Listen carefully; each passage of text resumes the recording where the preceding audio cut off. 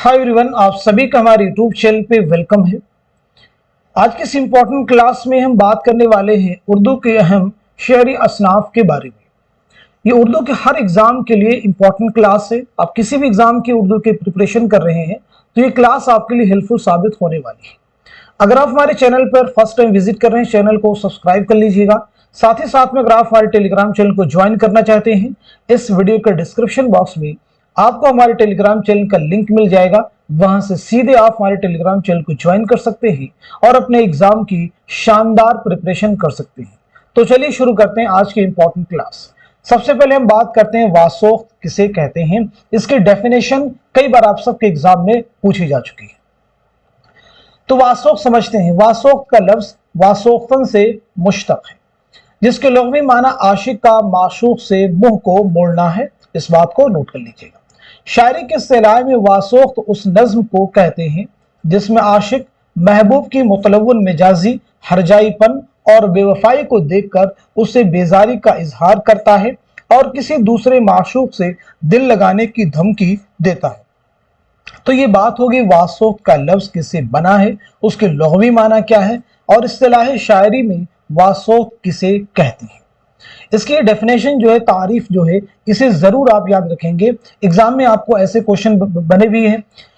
तारीफ आपको दे दी गई, ऐसी नज्म जिसमें आशिक महबूब की मुतलव्वन मिजाजी, हरजाईपन और बेवफाई को देखकर उसे बेजारी का इजहार करता है और किसी दूसरे माशूक से दिल लगाने की धमकी देता है, क्या कहते हैं, किसको कहते हैं? ऑप्शन आपको मिल जाएंगे वासोख्त, रेख्ती, शहर आशोब, सोनेट। इस तरह के 4 ऑप्शन मिलेंगे। तो सही जवाब क्या हो जाएगा आपका? वासोख्त। चलिए आगे बढ़ते हैं हम लोग। वासोख्त की इब्तिदा फारसी में हुई। वहशी यज़दी को इसका मुजिद समझा जाता है। आप नोट कर सकते हैं वासोख्त की इब्तिदा कहां से हुई है? फारसी से हुई है। इस बात को नोट कर लीजिएगा। उर्दू शायरी ने फारसी शायरी की दूसरी असनाफ की तरह वासोख्त को भी अपनाया।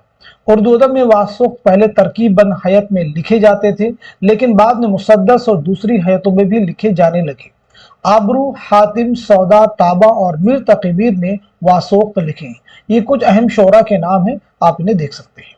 मीर के वासोख्तों में ये जिद्दत पाई जाती है कि उन्होंने माशूक की बेवफाई देखकर एक फर्जी महबूब के हुस्न का जिक्र करते हुए उससे दिल लगाने और उसके हो रहने की धमकी अपने माशूक को देते हैं ताकि वो अपने किए पर शर्मिंदा हो और आशिक की तरफ दोबारा तवज्जो कर ले। मिसाल के तौर पर मीर के वासोख्त का ये बंद पढ़िए। और महपारा भी इस शहर में मशहूर है, अब देखना कुछ हो उसी का मुझे मंजूर है, अब उसकी महबूबी और खूबी का ही मज़कूर है, अब सिर्फ उसी पे करूंगा अपना जो मकदूर है, अब उस कने जिद से तेरी शाम से हर जाऊंगा, घर से जिस दम उठूंगा उसके ही घर जाऊंगा।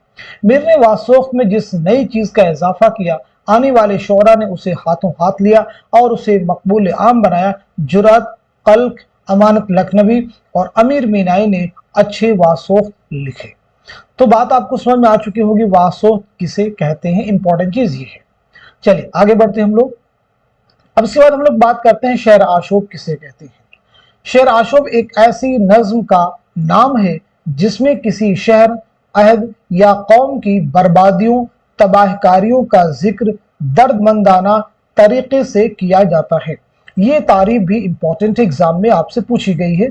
यूजीसी नेट के एग्जाम के जो प्रीवियस ईयर पेपर हैं उनमें भी आपको क्वेश्चन मिल जाएगा। यानी ऐसी नज्म जिसमें किसी शहर, अहद या कौम की बर्बादियों, तबाहकारियों का जिक्र दर्दमंदाना तरीके से किया जाता है, किसे कहते हैं, क्या है? तो वो है शहर आशूब। आगे बढ़ते हम लोग। इब्तिदा में ये ऐसे क़ितों या रुबाइयों का मजमुआ थी जिनमें मुख्तलिफ तबकों और मुख्तलिफ पेशों से ताल्लुक़ रखने वाले लड़कों के हुस्न जमाल और उनकी दिलकश अदाओं का बयान होता था। लेकिन बाद में शहर आशूब के मफहूम में तब्दीलियां होती रहीं और उसकी हयत और मौजू में भी तनव्वुर पैदा होता रहा। इब्तिदा में शहर आशूब क़ितों और रुबाइयों की शक्ल में लिखे जाते थे, लेकिन बाद में मसनवी, कसीदे, मुखम्मस और मुसद्दस की हयत में भी लिखे जाने लगे। उर्दू में मुताद्दिद शहर आशूब कहे गए। सौदा, कायम, हातिम और नज़ीर अकबर आबादी ने शहर आशूब लिखी। सौदा का मुखम्मस शहर आशूब, ये इंपॉर्टेंट है। सौदा का मुखम्मस शहर आशूब यानी जिसका हर बंद 5 मिसरों पर मुश्तमिल हो। कि चंद बंद गौर से पढ़िए जिससे आपको अंदाजा होगा कि उर्दू शोरा ने अपने मुल्क की तबाही पर किस तरह आंसू बहाए हैं।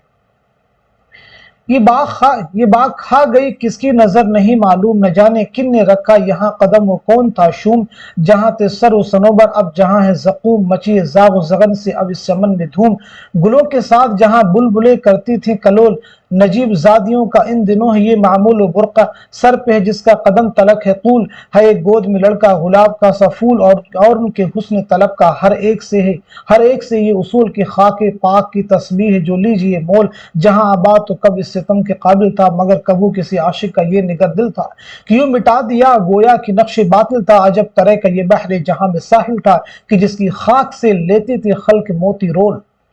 चलिए आगे बढ़ते हैं हम लोग। इसके बाद में रेख्ती किसे कहते, वासोख्त हो गया, शहर आशो, बात करते हैं रेख्ती के बारे में।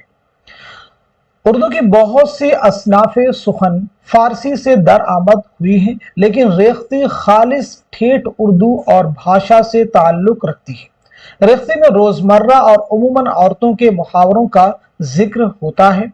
यूं तो हुस्न के खारजी मज़ाहिर के बयान से लखनवी दबिस्तान की गज़ल आरी नहीं, ताहम गज़ल में औरतों के नाक नक्शे, कंघी चोटी और उनके लिबास और सामाने आराइश का बयान मुस्तहसिन नहीं समझा गया, मगर रेख्ती में यही लवाजिमात सिल्फ का हुस्न समझे गए। बेसिकली आपको याद रखना है कि रेख्ती में रोजमर्रा और अमूमन औरतों की जुबान में औरतों के मुहावरों का जिक्र होता है, इसकी तारीफ को याद रखना होगा। आगे बढ़ते हैं। और बकौले डॉक्टर ज्ञानचंद जैन, इससे एक फायदा ये भी हुआ, बकौले डॉक्टर ज्ञानचंद जैन, इससे एक फायदा ये भी हुआ कि अगले जमाने के घरेलू साजो सामान की ऐसी तफसीलें महफूज हो गईं जो अब मादूम होती जा रही हैं। रेख्ते में अशार चूंकि औरतों की जुबान से अदा किए जाते हैं, इसलिए इस सिन्फ में वो सारी लफ्जियात जो एक मखसूस अहद और मखसूस मुआशरे के रोजमर्रा और मुहावरों पर मबनी है दाखिल हो गई। ये लफ्जियात इस सिन्फ की एक इम्तियाजी खुसूसियत और उसकी सिन्फी शनाख्त का एक अहम वसीला है। मशहूर रेख्ती गोशवारा में हाशमी बीजापुरी, सैयद मोहम्मद कादिर, रंगीन, इंशा, जॉन साहब, नाजनीन, उनका बेगम और शैदा काबिल जिक्र हैं। मिसाल के तौर पर रेख्ती के चंद अशार पढ़िए। अब यहाँ पे देखिए कुछ अशार आपके सामने दिए गए हैं, इनको आप रीड कर सकते हैं, पढ़ सकते हैं, इंपॉर्टेंट है। जैसे रहूंगी मैं के अपने जाकर सवारी मंगवा दो मुझको साहब, ये सास नंदों की बोली ठोली करूंगी मैं कब तक भला गवारा, वो तलवे मेरे धो धो के पिए मैं जूतियां मारूं, बता दे जान साहब ऐसा कोई टोटका हमको। चलिए बात करते हैं गीत किसे कहते हैं। गीत उर्दू में हिंदी से दाखिल हुआ, गीत उर्दू में हिंदी से दाखिल हुआ, नोट कर लीजिए। आजकल हजारों गीत हरयत में मौसीकी और राग में गाए जाते हैं। गीत में मौज़ूआत का तनव्वु होता है, इसका मिजाज आशिकाना होता है, मोहब्बत और नगमगी का संगम इस सिन्फ़े सुखन में पूरी लताफत के साथ हुआ है। इस लिहाज से अगर देखा जाए तो गीत की सिन्फ दरअसल मौसीकी का एक सौती उसलूब है। गीत की सिर्फ दरअसल मौसीकी का एक सौती उसलूब है, इसमें वो सारी खुसूसियात जो मौसीकी से ताल्लुक रखती हैं जमा हो जाती हैं। नोट कर लीजिएगा, मसलन तरन्नुम, लय, झनकार और थाप वगैरह इसलिए गीत पढ़ने से ज्यादा सुनने में लुत्फ देते हैं। मिसाल के तौर पर मशहूर गीतकार जुबैर रिजवी का ये गीत गौर से पढ़िए। कौन सा गीत सुनाऊं सजनी, कौन सी लय में गाऊं, गीतों का संसार निराला आहे आंसू छाले, कुछ चंदा की सूरत कुछ खुशबू पाले, तू जो चाहे वो मैं गाऊं, कौन सा गीत सुनाऊं, गीत मेरे चंचल और शीतल जैसे नदी के धारे, इतने सुंदर जैसे चमके नील गगन पे तारे, कौन सा तारा तोड़ लाऊं, कौन सा गीत सुनाऊं, गीत कड़कती धूप और पेड़ों का अंगनाई, गीत सुहाने शाम भी और रातों की तन्हाई, किससे तेरा मन बहलाऊं, कौन सा गीत सुनाऊं। गीत के लिए कोई मखसूस मौजू या हयत नहीं होती, बल्कि गीत की शनाख्त उस मखसूस तमद्दुनी और तहजीबी मिजाज से होती है जिसे हम देसी मिजाज कह सकते हैं। गीत ज्यादातर हिंदी या हिंदीउल असल बहरों में लिखे जाते हैं। हफीज जालंधरी, अख्तर शीरानी, सागर निजामी, शकील बदायूनी, कतील शफाई, मजरूह सुल्तानपुरी और साहिर लुधियानवी उर्दू के मकबूल गीतकार हैं। अब हम लोग बात करते हैं अगले सिन्फ के बारे में, यानी सोनेट किसे कहते हैं। देखिए सभी इंपॉर्टेंट है आप सबके एग्जाम के लिए। सोनेट याद रखेंगे फ्रांसीसी शायरी की सिन्फ है। पहली चीज ये जहन में रखिएगा, ये फ्रांसीसी शायरी की सिन्फ है। क्लियर कर लीजिए, बिल्कुल आप जहन में बिठा लें। मगरब में सोनेट गनाई शायरी की एक हैत है जिसमें मिसरों की कुल तादाद 14 होती है। ये देखिए, ये भी लाइन क्या है, इंपॉर्टेंट है, इसलिए मैंने हाईलाइट कर दिया। तो सोनेट जो है फ्रांसीसी शायरी की सिन्फ है। कुल कितने मिसरे होते हैं? 14। सोनेट 14 मिसरों की एक ऐसी नज्म है जिसमें एक बुनियादी जज्बा या ख्याल को दो टुकड़ों में पेश किया जाता है। इसमें पहला बंद 8 मिसरों और दूसरा 6 मिसरों, यानी पहला मुसम्मन होता है और दूसरा मुसद्दस होता है। पहले बंद में 8 मिसरे यानी मुसम्मन और दूसरे में 6 मिसरे यानी मुसद्दस होता है। बात नोट कर लीजिए, अहम चीज, ये सब एग्जाम में आपसे पूछी जा सकती है। सोनेट फ्रांसीसी शायरी है। कुल कितने मिसरे होते हैं? 14। पहला दो बंद इसमें होते हैं। पहला बंद 8 मिसरों पर मुश्तमिल होता है, दूसरा 6 बंद मिसरों पर।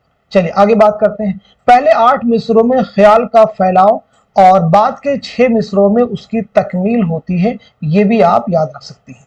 अंग्रेजी में सोनेट सिर्फ आयम्बिक पेंटामीटर बहर में कही जाती है, जिससे मुशाबे हमारा वजन मफाइलुन मफाइलुन मफाइलुन मफाइलुन होता है, जो उर्दू सोनेट के मिजाज से मुताबिकत नहीं रखता, इसलिए वो किसी भी बहर में कही जाती है। उर्दू सोनेट को रिवाज देने वालों में अख्तर शीरानी और नून मीम राशिद के नाम लिए जाते हैं। इसको नोट कर लीजिए।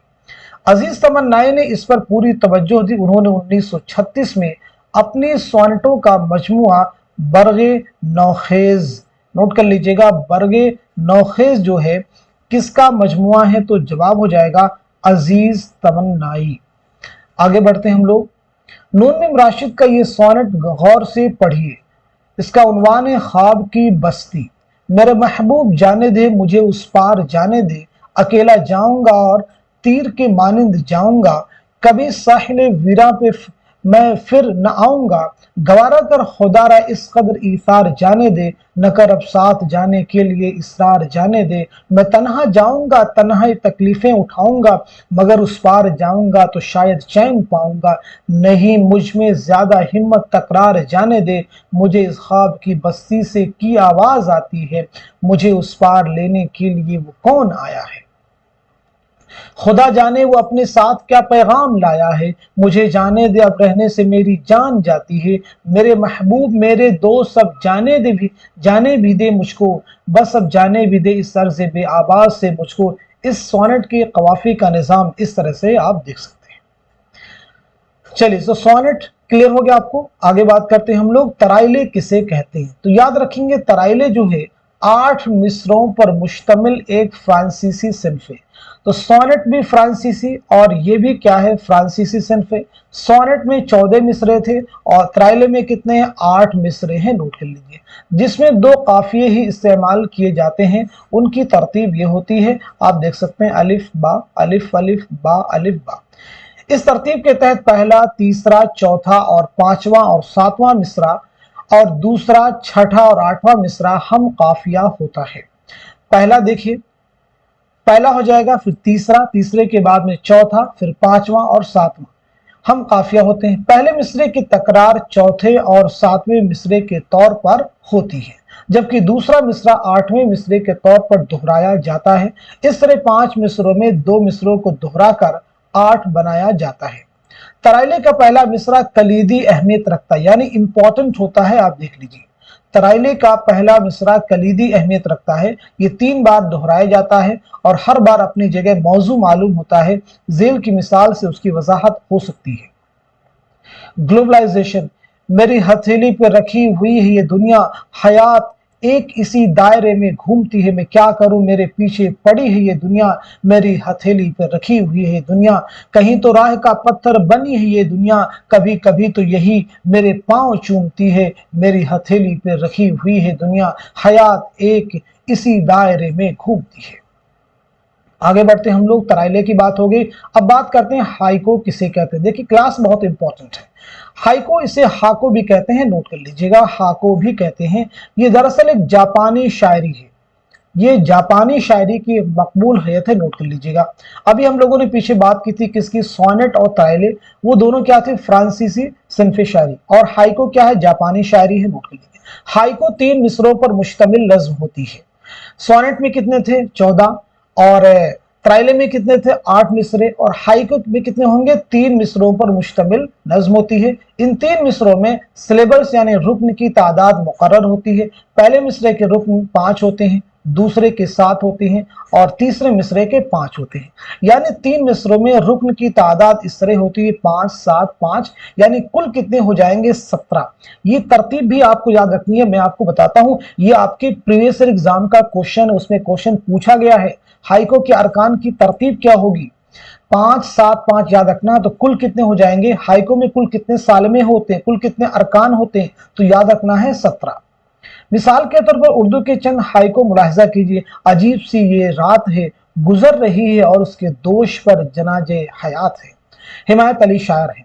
इनमें तीसरा मिसरा अहम होता है, याद रखेंगे, इनमें तीसरा जो मिसरा होता है वो अहम होता है। जैसे पीछे भी हम लोगों ने क्या किया, तराइले, उसका पहला जो मिसरा होता है वो कलीदी रोल प्ले करता है। हाइको में आहंग अहमियत रखता है और मौसीकियत से शायर खास कैफियत पैदा करता है। उर्दू में इसके पहले और तीसरे मिसरे में काफिया और रदीफ की पाबंदी की जा रही है, मगर ये जरूरी नहीं। तो आज के सेशन में हमने बहुत सारे important questions, important facts cover करने की कोशिश की है, इसी उम्मीद के साथ में कि ये सभी चीजें आपके आने वाले उर्दू के हर कॉम्पिटिटिव एग्जाम में जरूर आपके लिए हेल्पफुल साबित होंगे। अब आप जहन में अपने आप से पूछिए, देखिए हम लोगों ने जिनके जिनके बात की है, वासोक हम के बारे में बात की हम लोगों ने है, शेर आशूब के बारे में हम लोगों ने बात की है, ठीक है, हम लोगों ने बात की है रेख्ती के बारे में, रेख्ती के साथ साथ में हम लोगों ने बात की है सोनेट के बारे में, सोनेट के साथ में हमने बात की है तराइले के बारे में, तराइले के साथ साथ में हम लोगों ने बात की है हाइको के बारे में। तो इन सबको आप रिवाइज कीजिए, अपने जहन में ताज़ा कीजिए कि वासोक की डेफिनेशन क्या है, शेर आशूब की क्या है, रेख्ती की क्या है, सोनेट में कितने मिसरे होते हैं, तराइले में कितने मिसरे होते हैं, और हाइको में कितने मिसरे होते हैं। तो आज के सेशन को यहीं तक रखते हैं, मिलते हैं अगली क्लास में, तब तक के लिए खुदा हाफिज, अपना ख्याल रखिएगा।